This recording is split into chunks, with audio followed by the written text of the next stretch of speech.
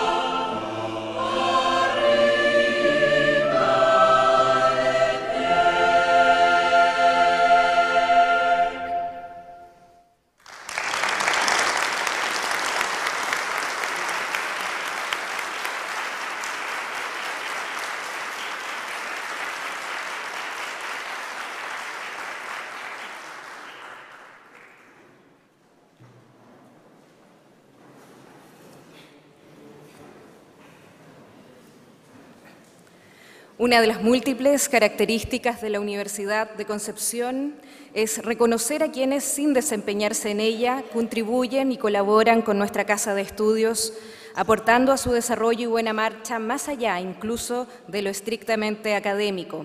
Ello permite además generar lazos reales que determinan el establecimiento de vínculos que favorecen el crecimiento y la calidad de nuestra institución.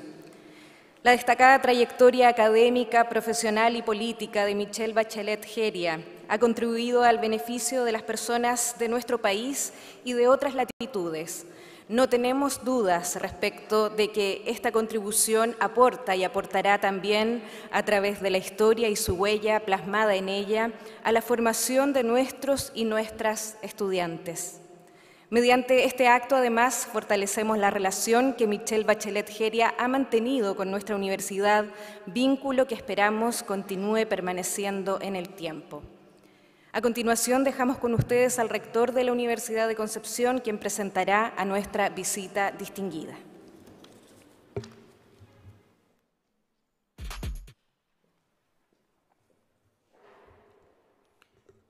Muy buenas tardes a todas las personas que nos acompañan en esta especial ceremonia.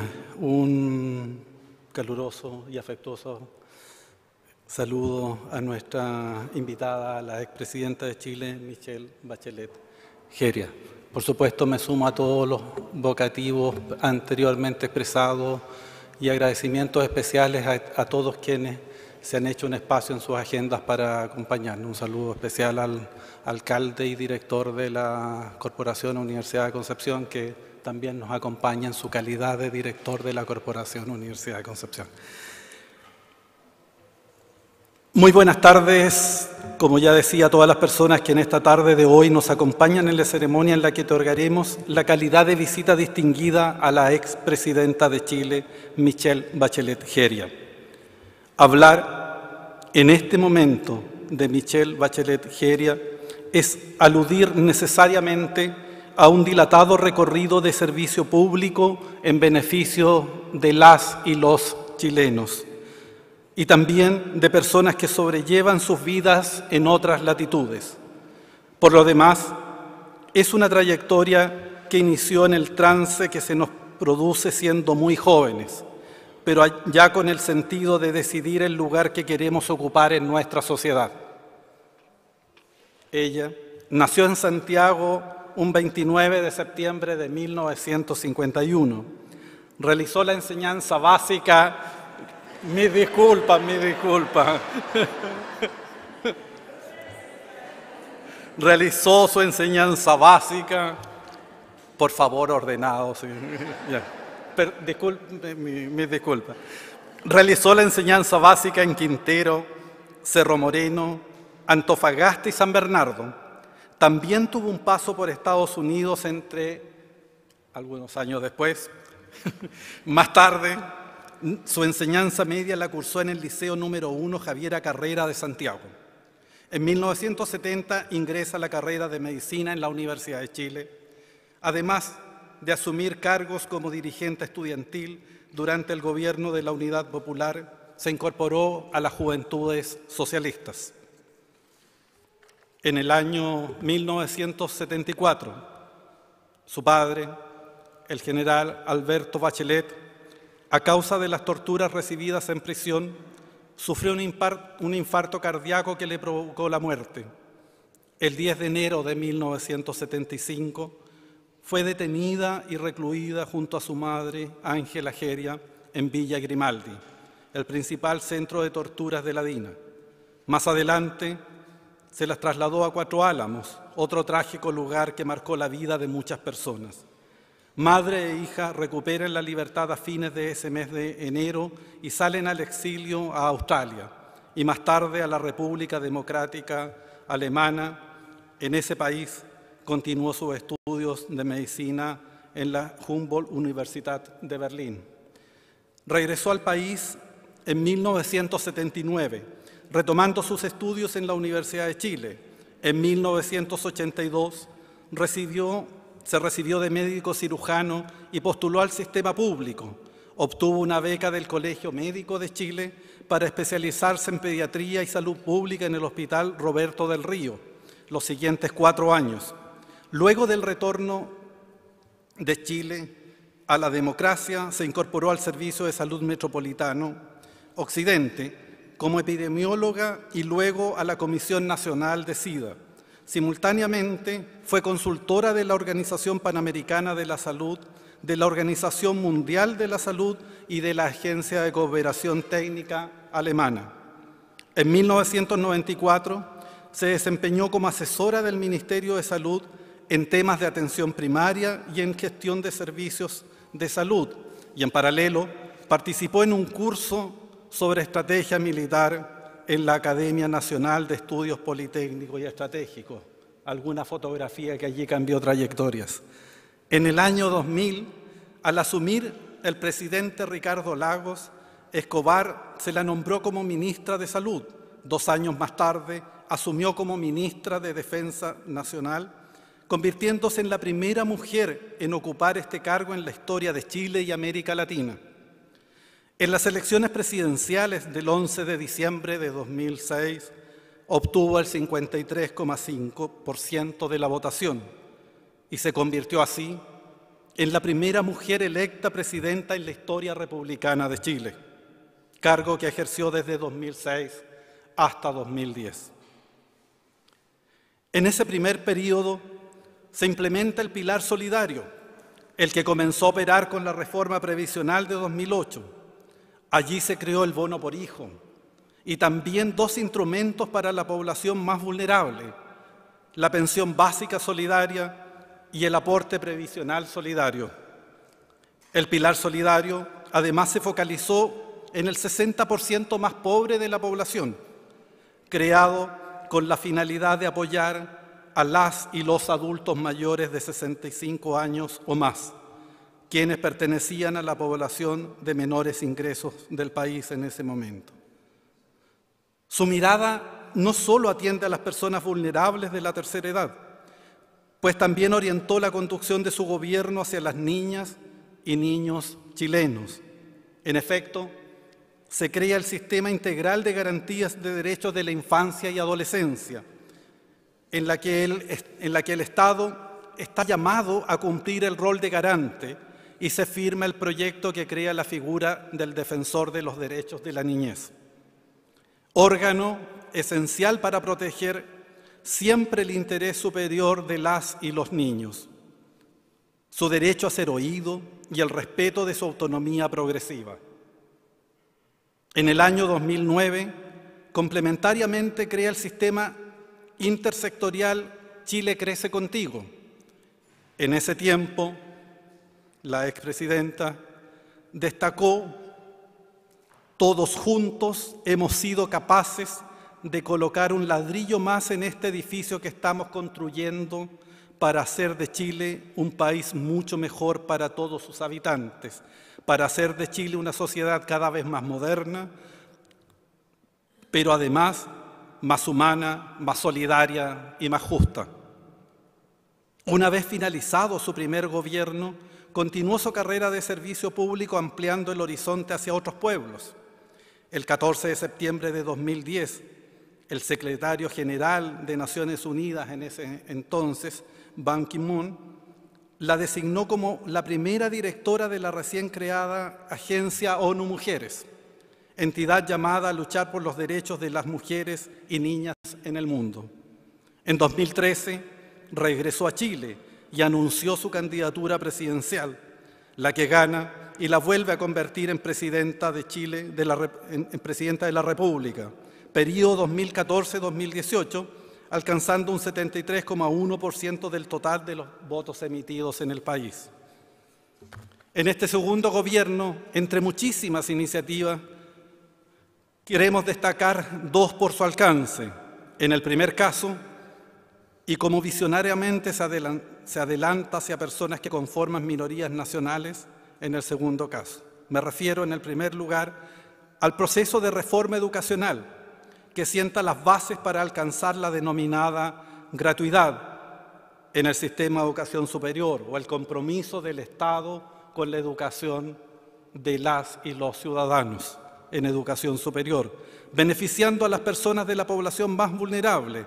De hecho, se estima que unas 260.000 familias la posibilidad de estudiar sin cargar con el peso de un endeudamiento interminable, que era lo que regía como financiamiento hasta ese momento. Como el ocurrido con generaciones que obtuvieron títulos profesionales o técnicos profesionales a partir de 1981. En segundo lugar, el 13 de abril de 2015, la presidenta Michelle Bachelet Jeria promulgó la ley que crea en Chile el acuerdo de unión civil, un nuevo estatuto familiar igualitario que regula las relaciones tanto de parejas heterosexuales como homosexuales.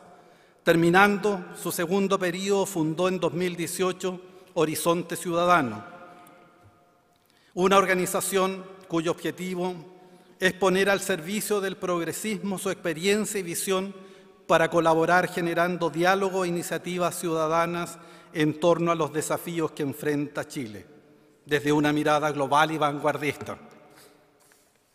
Junto con ello, otra vez asume roles trascendentes en el ámbito internacional, pues el 8 de agosto de 2018 es nominada por el secretario general de la ONU, ahora Antonio Guterres, como alta comisionada de las Naciones Unidas para los Derechos Humanos.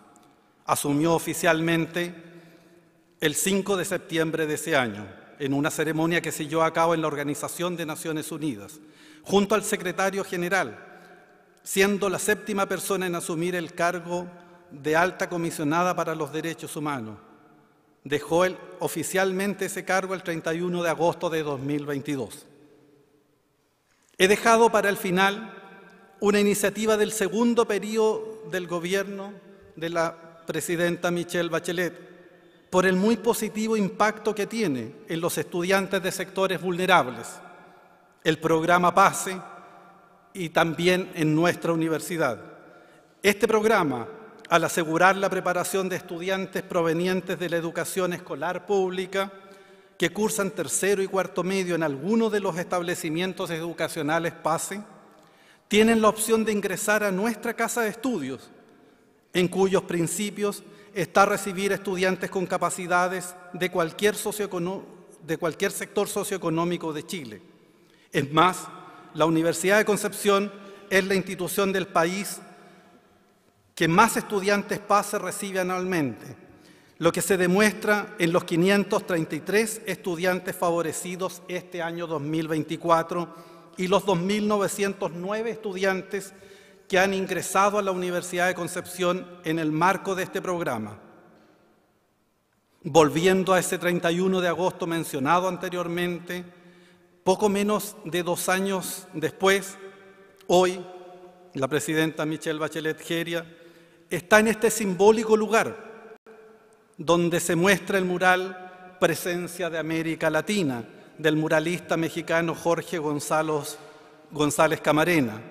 Ello como si fuera una hermosa coincidencia entre su recorrido nacional e internacional de función pública y el devenir histórico de nuestro país y del mundo, representados en la magnífica obra. Aquí le otorgaremos la calidad de visita distinguida, distinción que no necesitaría siquiera enumerar sus méritos, porque quienes formamos parte de esta comunidad universitaria también somos parte del corazón del pueblo chileno que valora y agradece el esfuerzo de las personas que entregan su vida por el bienestar de otras y otros. Muchas gracias.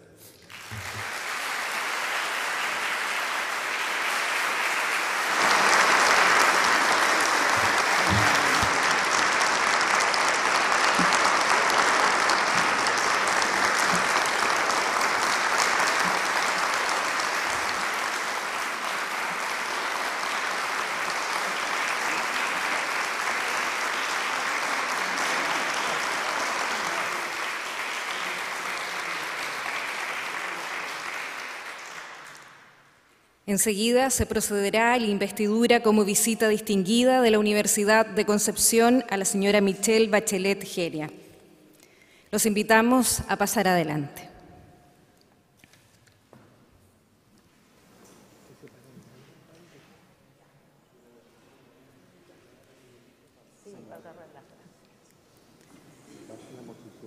El rector Carlos Saavedra Rubilar, junto con el secretario general, imponen la medalla rectoral a la señora Michelle Bachelet Jeria.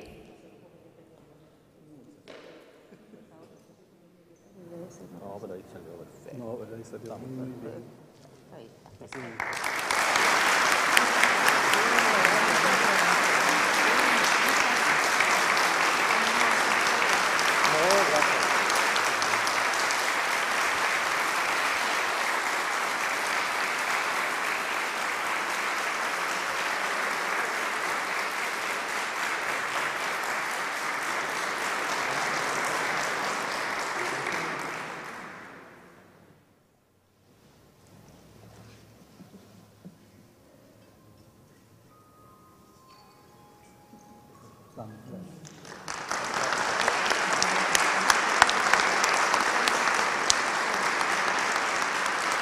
continuación, el secretario general hace entrega a nuestra visita distinguida de la resolución Universidad de Concepción número 2024-093, de fecha 24 de abril de 2024, a la que acredita este nombramiento, así como el diploma que confiere la calidad de visita distinguida de nuestra Casa de Estudios.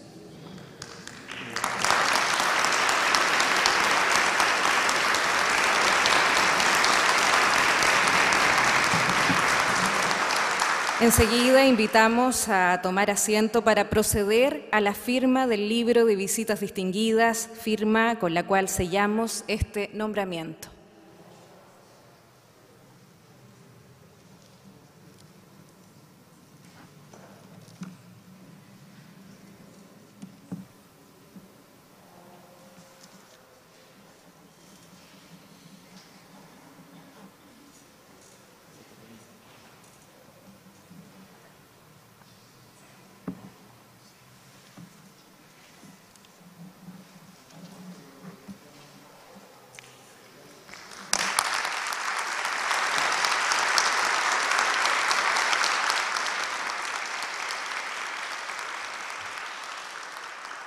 A continuación, escucharemos la intervención de nuestra homenajeada señora Michelle Bachelet Jeria, cuyo tema es Desafíos Globales.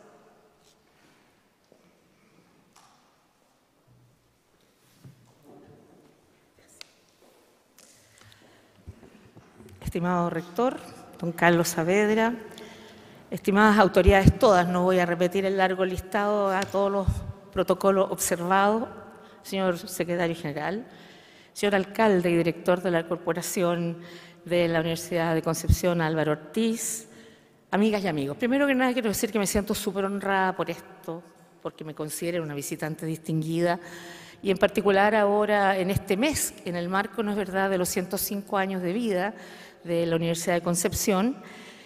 Yo, como expresidenta, tengo la firme convicción de que las universidades tienen un rol central en la formación de profesionales que puedan contribuir a construir un mejor país para todas y todos. Y esta universidad tiene sin duda una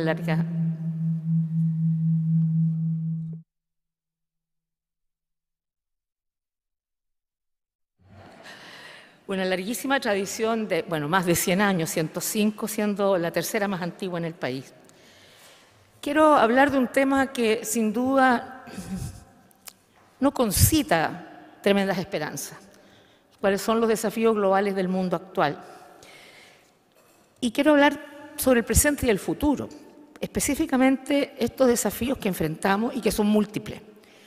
Vivimos en tiempos complejos en que enfrentamos crisis, divisiones cada vez más profundas y yo diría una importante polarización en muchas partes y una fragmentación del panorama geopolítico. Quiero partir abordando la situación en Gaza. Según las autoridades palestinas, hasta el 22 de abril, más de 34.000 personas han muerto, la mayoría de ellas mujeres, niñas y niños, además de 77.000 personas heridas, miles desplazados y hoy día enfrentando el hambre. Este conflicto que comenzó con los ataques de Hamás a Israel el pasado 7 de octubre ha escalado a un nivel que no imaginamos nunca. Y hemos visto las universidades en el hemisferio norte no se han quedado al margen. En Estados Unidos miles de estudiantes se han manifestado en distintos campos universitarios. Deben haber visto, imagino, las imágenes de universidades como Columbia, Nueva York, Harvard, la Universidad de Chicago, la Universidad de Los Ángeles, la Universidad de Texas, en Dallas, entre otros lugares. Más de 150 campamentos de solidaridad con Gaza aparecieron en todo Estados Unidos. Se han realizado cerca de 2.000 detenciones en decenas de instituciones académicas en las últimas semanas.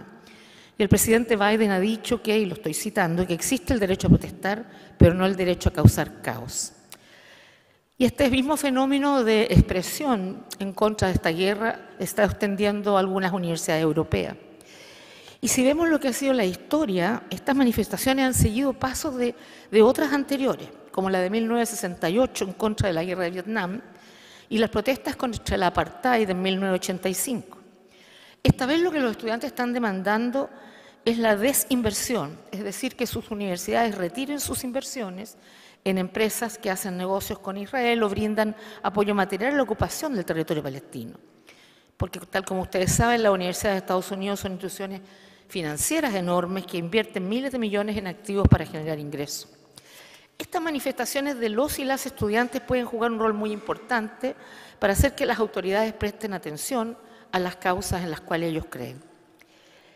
Aún persiste la guerra de Rusia contra Ucrania, que ya lleva más de 2 años, en medio de una destrucción masiva y continuos bombardeos y ataques con misiles en todo el país. Más de 10.500 civiles han muerto, más de 20.000 personas han sido heridas, millones de personas han sido desplazadas. Y esta guerra generó repercusiones importantes, como una gran inflación, un alza del costo de los alimentos, alza del costo de los combustibles, ¿no es verdad?, que aún está repercutiendo en distintos lugares de la Tierra y en Chile también. Además, este año se cumplen 10 años de ocupación por parte de la Federación Rusa en Crimea. Pero hay muchos otros lugares que muchas veces no salen en la televisión, donde los países tienen crisis gigantescas, como mencionar el Sahel, el Sudán del Sur, Myanmar, Haití, entre muchas otras. Y esto duele y preocupa profundamente. Por primera vez en la historia moderna, el Índice de Desarrollo Humano, IDH, global, ha disminuido. Podríamos decir entonces que tenemos pruebas de que el progreso plasmado en el desarrollo humano y la prosperidad está retrocediendo. Y en este sentido, la debilidad de algunas democracias en nuestra región es sumamente preocupante. No hay derechos humanos si no hay democracia. Y si bien la democracia no es un sistema político perfecto, es sin duda el mejor sistema político que tenemos porque tiene mecanismos para corregir sus propias falencias. Desde hace ya varios años las encuestas de opinión, por ejemplo la encuesta Mori o el Latino Barómetro, muestran un creciente malestar social y una creciente desconfianza en las instituciones, como los parlamentos, los partidos políticos, las iglesias o las instituciones armadas. Desde el año 2019, siendo alta comisionada y llegándome reportes de todas partes del mundo, había 80 países en los cuales la gente estaba en las calles, incluido el estallido social en Chile, pero en muchos otros lados igual. Y las razones fundamentales de la movilización de las personas era la gran frustración, indignación en algunos casos, de la falta de relevancia en sus vidas de la democracia. O en otras era que el sistema económico imperante, más que mejorar y dar bienestar, estaba generando una brecha muy brutal de mayor desigualdad. La región no estuvo ausente de esto y varios países vivieron movimientos de protesta o estallidos sociales, como Bolivia, Brasil, bueno, ya decía Chile, Colombia, Ecuador, Paraguay o Perú. Entonces aquí saco una primera reflexión que yo creo que es clave, y es que la democracia tiene que ser relevante, tiene que mejorar y generar bienestar a las personas. Porque, ¿por qué razón un ciudadano diría que la democracia es el mejor sistema si su vida no solo no ha mejorado, sino que ha empeorado? Y termina sin razones para defenderla y pierde la fe en las instituciones democráticas. Y hay muchas distintas encuestas que han mostrado que en los últimos años el número de personas que señalan, no es el 50%, pero ha ido incrementando el número de personas que señalan que prefieren un gobierno autoritario eficiente a un gobierno democrático que no sienten como eficiente. Y yo creo que esto tiene que preocuparnos, porque la democracia en una historia como la nuestra, ¿cierto?, es clave. Ahora, el otro tema preocupante en la región es el populismo, porque ofrece promesa de soluciones rápidas a problemas complejos, al tiempo que socava y erosiona los controles y equilibrios institucionales necesarios para una democracia duradera. Entonces tenemos la responsabilidad colectiva de mejorar la gobernabilidad democrática y aumentar la participación política efectiva para todos y todas, especialmente para aquellos grupos que han estado históricamente en desventaja y excluidos o los que pueden enfrentar barreras culturales, políticas o socioeconómicas. En la historia moderna, yo diría, generalmente se piensa en el fin de la democracia producto de golpes de Estado o estallidos violentos. Pero la verdad es que lo que hemos estado viendo en la región y en el mundo es por el contrario, y que nos tiene que tener muy alerta para proteger nuestras democracias, es que hay líderes que han sido electos democráticamente, pero que no creen verdaderamente en la democracia y una vez en el poder recurren al autoritarismo o al populismo, restringiendo los derechos de las personas y poniendo en riesgo esas democracias. Entonces, fortalecer la democracia y la estabilidad política es siempre un desafío en la región. Veo con extrema preocupación la irrupción de la extrema derecha en el plano político a nivel nacional e internacional. Y nosotros lo vimos en el debate constitucional, donde se buscaba limitar derechos que ya eran, por ley, un piso mínimo. Y al constitucionalizarlo, hacía que fueran los máximos posibles, cuando la idea con las leyes es que se pueda ir avanzando en generar y garantizar más derechos a las personas. Hoy cosas que nos parecían parte del sentido común están siendo desafiadas. Y me preocupa porque lo más probable es que se continúe en esa postura más extrema. Entonces necesitamos seguir avanzando en fortalecer la democracia, fortalecer los derechos humanos y asegurar las oportunidades y la dignidad de todos y todas. Otro desafío global y crucial es la seguridad. La seguridad, sin duda, que es un derecho humano, por lo que los gobiernos deben garantizar, en la medida de lo posible, habría dicho don Patricio, la seguridad de las personas. Según la Oficina de Naciones Unidas contra la Droga y el Delito, este es un dato del 2023, las Américas tienen la tasa regional de homicidios más alta del mundo y altas tasas de violencia homicida provocada por el crimen organizado. Y aquí yo quisiera hacer una pequeña, más que reflexión, comentario, porque la gente cuando ve las noticias, habla de crimen organizado, siempre piensa en que estamos hablando de narcotráfico, ¿no? De la droga. Y la verdad que es mucho más que eso. Es todo tipo de negocios, mercados ilegales, como mencionar, por ejemplo, la venta de medicamentos, que son falsos, ¿no es verdad?, la venta de ropa falsificada, la trata de personas. Aquí mismo se desbarató una red de trata de personas, si bien no me olvido, el año pasado. Entonces, es mucho más que la droga.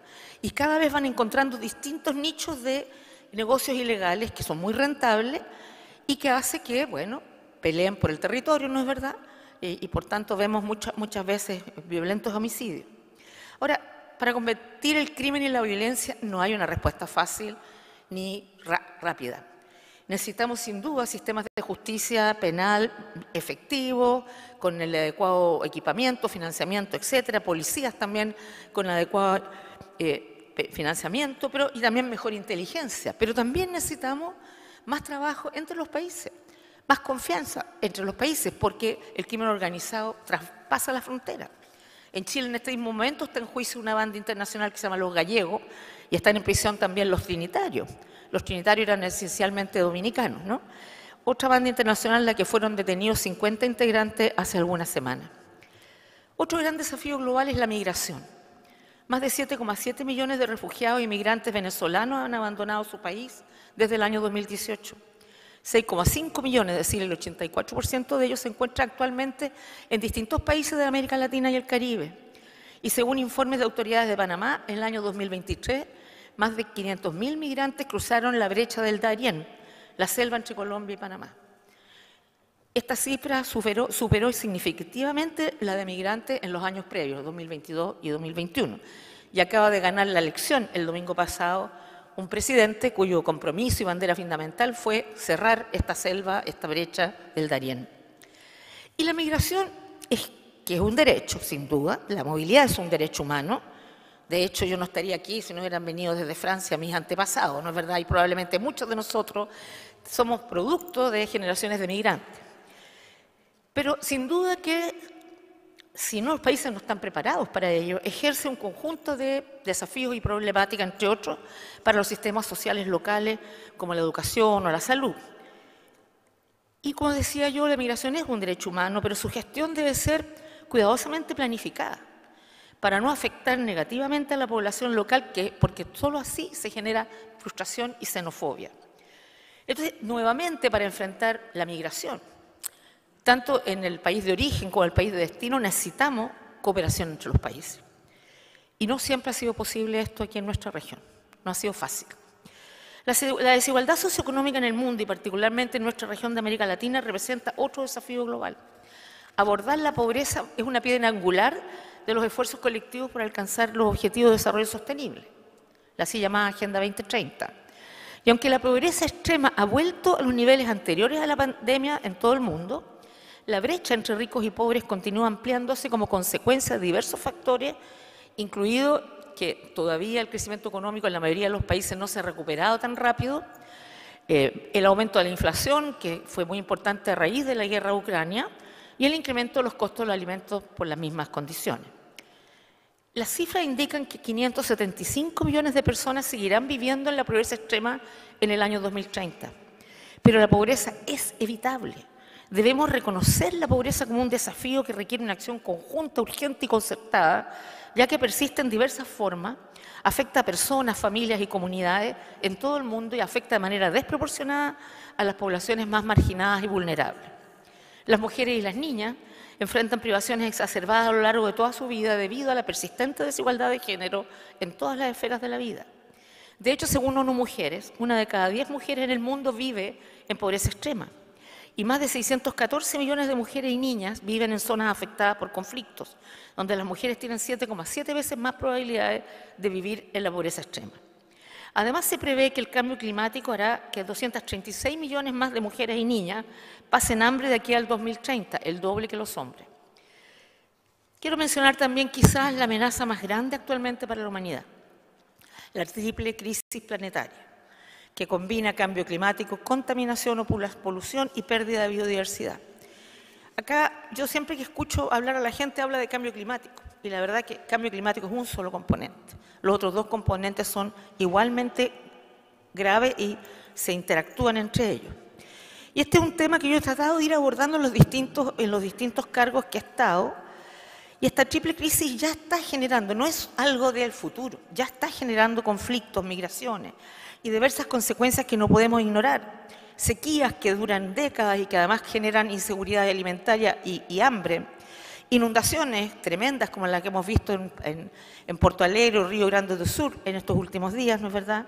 Olas enormes de calor, incendios, tornados, fenómenos que existían antes, pero que ahora existen con una magnitud y frecuencia mucho mayor. Y nuevamente quiero insistir, no es un problema del futuro, es un problema del presente. Es nuestra responsabilidad hacernos cargo, porque cada día que pasa, nuestras demoras e inacción colectiva nos acercan a una catástrofe global alarmante. Entonces, la acción concreta es primordial para nuestra propia supervivencia. En los últimos 20 años, el número de desastres relacionados con el clima casi se ha duplicado según la Oficina de Naciones Unidas para la Reducción del Riesgo de Desastres. Entonces, estamos en un punto donde la mitigación ya no es suficiente, sino que debemos pasar a la adaptación, porque los problemas que genera ya son una realidad. De hecho, en la COP28 del año pasado, las partes alcanzaron un acuerdo histórico el primer día, la creación de un fondo de pérdidas y daños. Los Estados deben implementar sus compromisos internacionales y aumentar sus esfuerzos para cumplirlo. Todos sufriremos efectos mucho peores de las crisis ambientales si no trabajamos juntos. Quizás ustedes han escuchado muchas veces que quienes menos han contribuido a la crisis climática son también quienes se verán más afectados. Y esto se da entre naciones, industrializadas versus en desarrollo, en los países, poblaciones de mayores ingresos versus poblaciones de menores ingresos, e intergeneracionalmente, generaciones mayores versus generaciones nuevas, aunque yo siempre digo que tengo juventud acumulada. Por lo tanto, el Fondo para Pérdidas y Daños puede ayudar a abordar el primer elemento, aquel de la justicia ambiental o climática entre las naciones. Por ejemplo, los impactos económicos del cambio climático en los países vulnerables de los pequeños estados insulares en América Central, en el Caribe, han sido masivos. Países que son considerados de renta media o casi media alta, producto de tornados, huracanes, todo tipo de desastres naturales, han perdido todo y muchas veces están endeudados por la constante necesidad de reconstruir debido al aumento del clima extremo que ellos no causaron. Para enfrentar todos estos desafíos, aunque cuesta mantener la esperanza, yo trato siempre de ser rehén de la esperanza. Hay algo que sí nos podría ayudar, si fuera más efectivo, más ágil, que es el multilateralismo. Tras la pandemia por COVID-19, la inflación, las emergencias alimentarias, energéticas, los problemas son demasiado grandes para que una nación los pueda afrontar por sí sola.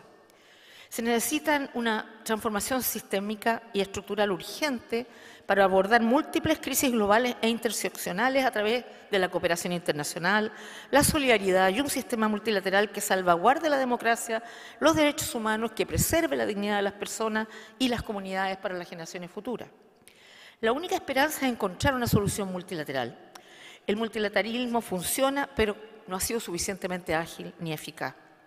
Y yo espero, en el mes de septiembre, en el marco de la Asamblea General, habrá la así llamada Cumbre del Futuro, donde la idea es justamente que los países se planteen todos los desafíos globales y busquen cuáles pueden ser las mejores respuestas de acuerdo frente a estos desafíos. A través de la cooperación multilateral, el mundo todavía puede soñar con lograr prosperidad para todas y todos, especialmente para quienes históricamente han sido abandonados por las instituciones nacionales e internacionales. Entre otras cosas me refiero a las mujeres. Y por eso que el género debe estar en el centro de las preocupaciones del multilateralismo. Y según me contó alguien por ahí, parece que el famoso documento no trae mucho de género. Vamos a ver si eso se logra mejorar. Las disidencias, las personas mayores, las personas indígenas, las personas con discapacidad. Sí creo que hay algo que mostró fuertemente la pandemia del COVID y que naturalmente se convirtió luego en parte del lenguaje más cotidiano, es este tema de la interseccionalidad.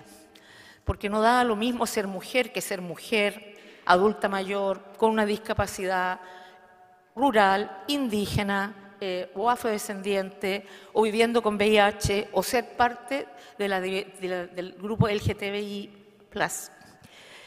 No porque biológicamente fueran más vulnerables, sino que porque es la vulnerabilidad dada por años, siglos casi de marginalización, discriminación y exclusión. Entonces yo creo que es clave. Y una de las cosas que a mí me preocupa es que yo no sé si los países, y creo que los países no, y lo hemos conversado con gente de las universidades, no tenemos esos datos. Sabemos, por ejemplo, cuántas mujeres hay y cuántos hombres. Sabemos tal vez cuántas personas pobres hay. Sabemos cuántas personas con discapacidad hay o hay estimaciones al respecto. Podemos saber cuánta gente vive en la ruralidad, etcétera, pero en general no hacemos esas intersecciones. Entonces, lo más probable que esté pasando cuando se definen las políticas públicas, que sigamos dejando más marginados aquellos que no están contados, digamos, ¿no? Y me acuerdo del grupo de expertos de afrodescendientes de que fueron a un país y en la constitución de ese país está prohibido como es para todos, entonces no incluye categoría específica. Y entonces ellos me decían, es que si no nos cuentan, no contamos, porque nadie nos incluye nuestra realidad y nuestra especificidad a la hora de definir políticas públicas. Entonces yo por eso que estaba un poquito obsesiva con el tema porque creo que tiene que incorporarse esa mirada en cada una de las disciplinas que se haga. Es también urgente que se retome la Agenda 2030, que es el plan de acción para las personas, para el planeta y nuestra prosperidad común. Necesitamos volver a comprometernos a liberar a la raza humana de la pobreza y la miseria y a sanar y proteger nuestro planeta. Necesitamos tomar medidas audaces y transformadoras que se necesitan con urgencia para convertir el mundo en un lugar justo, inclusivo y sostenible. Y Chile ha estado dando varios pasos en esta dirección, en el tema de la matriz energética, incorporación de renovables, y ahora, no es verdad, con los planes con el litio y con el hidrógeno verde, que veo ahí a mi compañera de trabajo, la Marcela Angulo, que estuvimos en el Comité Estratégico de Hidrógeno Verde, ¿no? Y creo que hay posibilidades, así como la tecnología, la innovación, muchas otras cosas que no voy a hablar ahora, que todos tienen desafíos que pueden ser tremendas oportunidades, pero que también tienen desafíos graves, ¿no? La tecnología tiene que pensarse con una perspectiva de derecho humano desde antes de que se desarrollen esas tecnologías o esas plataformas, porque luego va a ser muy tarde, ¿no? Porque el problema no es la aplicación, sino que es el uso que se puede dar. Por eso que es clave en todas estas miradas, mirar con una mirada de prevención, de que no se transforme una herramienta que puede ser muy útil para la humanidad en una herramienta de represión, en una herramienta que amenaza finalmente la vida de las personas. Yo tuve ocasión de estar en Canadá en un lugar hablando de estos temas con unos chicos jóvenes que tenían la tarea de crear un robot, un soldado robot. Y todo eso sonaba muy bien, pero la preocupación que ellos tenían era justamente que un soldado robot no tiene ética, ¿no? No define, le fijan un objetivo y funciona.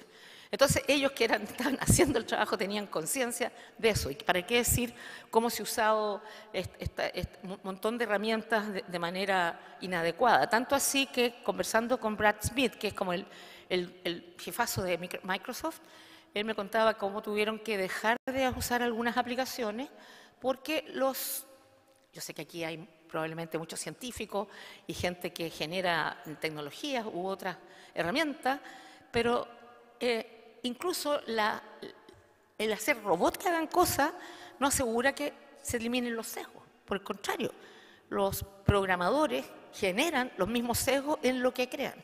Y esto se mostró, entre otras partes, ¿dónde fue? Fue en una gran industria en que intentó usar una aplicación para seleccionar personas y se dieron cuenta que tenía sesgo de género y sesgo afrodescendiente. O sea, las tecnologías no son neutras, tienen que ver con los sesgos que las propias personas que las producen le pueden imprimir, y por eso que hay que estar súper alerta.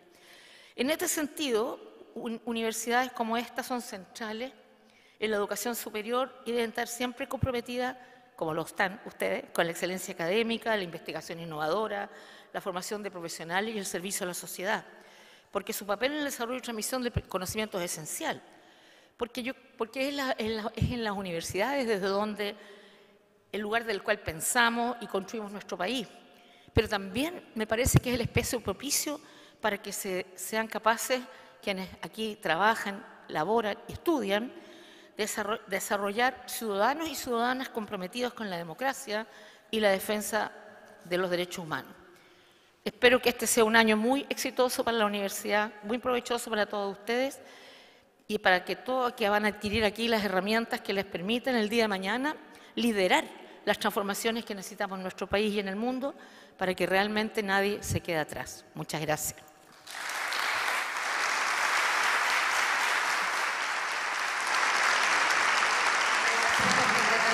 De nuestra homenajeada señora Michelle Bachelet Jeria.